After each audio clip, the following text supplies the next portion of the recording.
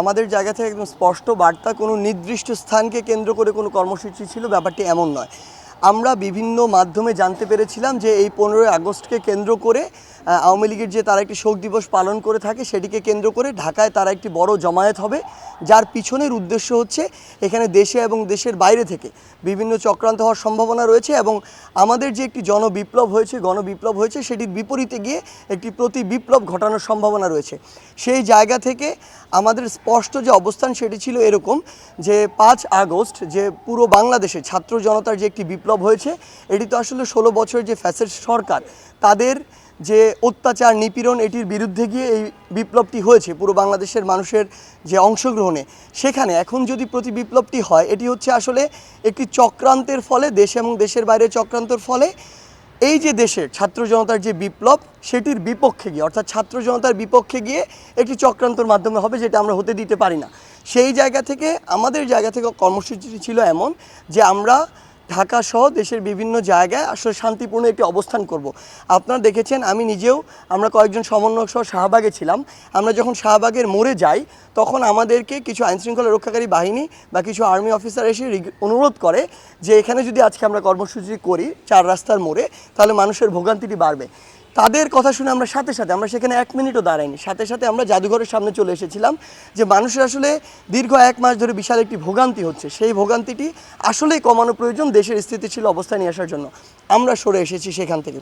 কিন্তু আমরা আমাদের জায়গা থেকে এটি লক্ষ্য করেছি যে ধানমন্ডি 3200 ঢাকার বিভিন্ন স্থানে এমন অনেক অনাকাঙ্ক্ষিত ঘটনা হয়েছে যেগুলো আমাদের এই গণঅভ্যুত্থানের স্পিরিটের সাথে যায় না।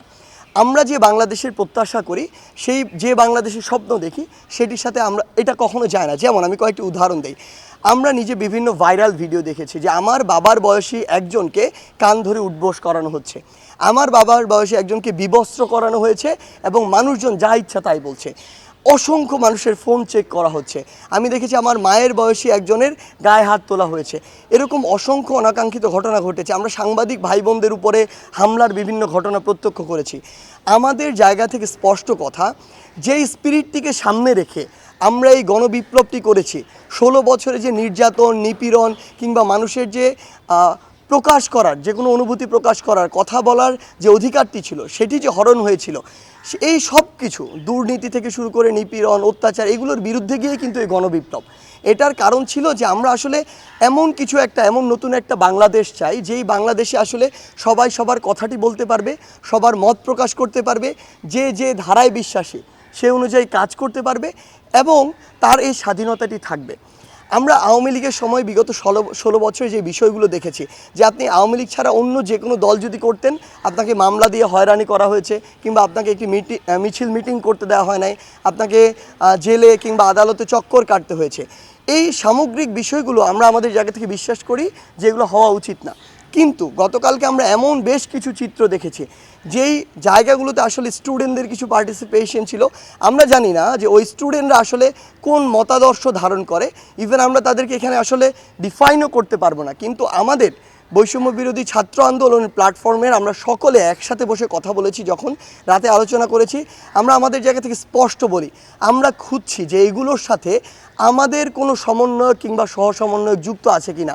আমাদের জায়গা থেকে স্পষ্ট ডিসিশন, আমরা খুঁজে তথ্য প্রমাণের ভিত্তিতে যদি সিঙ্গেল একজন সমন্বয়ক বা সহসমন্বয়ক পুরো বাংলাদেশে পেয়ে থাকি এটার সাথে যুক্ত কোনোভাবে, আমরা তৎক্ষণাৎ তাকে আমাদের ওই কমিটি থেকে, ওই টিম থেকে বহিষ্কার করব। এটা আমাদের প্রথম ডিসিশন।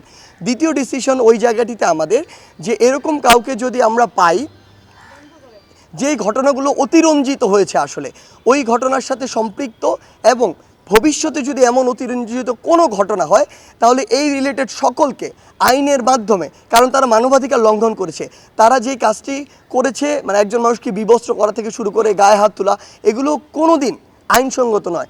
সেই জায়গা থেকে তাদের আইনগত ব্যবস্থা নেওয়ার জন্য যা করা প্রয়োজন একটি প্রেশার গ্রুপ হিসেবে বৈষম্য বিরোধী ছাত্র আন্দোলন সেই কাজটি করবে। এবং আমাদের যেমন 2 জন ছাত্র প্রতিনিধি আসলে অন্তর্বর্তীকালীন সরকারে রয়েছে, সেই জায়গাতেও তাদের মাধ্যমে যেভাবে বিচার নিশ্চিত করা যায় আমরা সেই কাজটি করব।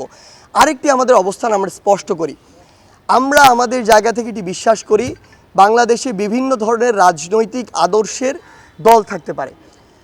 2013 সালে আমরা দেখেছিলাম হেফাজতে ইসলাম যখন তাদের মতিঝিলে এই যে সমাবেশটি করেছিল, ওই সময়ে পুলিশকে কাজে লাগিয়ে, পুলিশকে অপব্যবহার করে আওয়ামী লীগ তার ক্ষমতার অপব্যবহার করে অসংখ্য আলেম ওলামাদেরকে কান ধরে উঠবস করিয়েছিল।